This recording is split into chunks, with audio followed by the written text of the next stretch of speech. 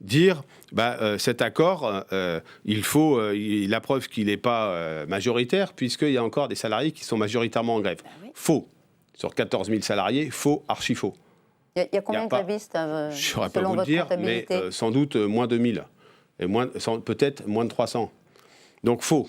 En plus, il dit, puisque ces accords-là, il faudrait les soumettre à référendum de l'entreprise.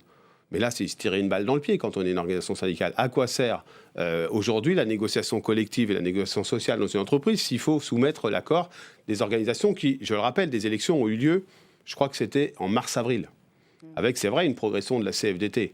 Donc il y a un accord qui est majoritaire, signé par 2 organisations syndicales, qui apporte des avancées concrètes. Parce qu'au final, c'est pas tellement la polémique qui m'intéresse, moi. C'est ce que ça apporte aux travailleurs et aux travailleuses de chez Total.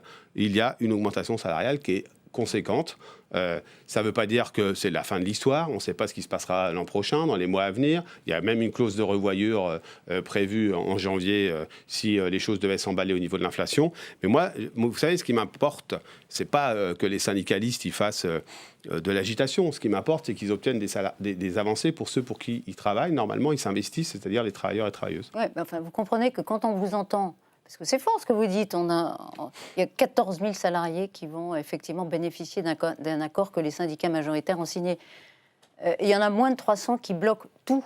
Il y a des gens qui font la queue pendant 2h30 pour remplir leur... Je le regrette. Eh bien, écoutez, alors savez, ils se disent, mais alors, c'est un dévoiement quand même du dialogue social.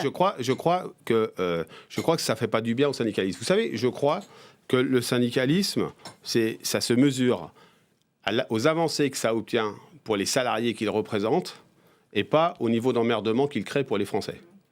Mais sur cette affaire-là, vous pouvez constater que la CFDT, elle est plutôt dans la première catégorie, c'est-à-dire les avancées qu'elle obtient pour les salariés. Concernant les emmerdements pour les Français, malheureusement, ce n'est pas de mon ressort.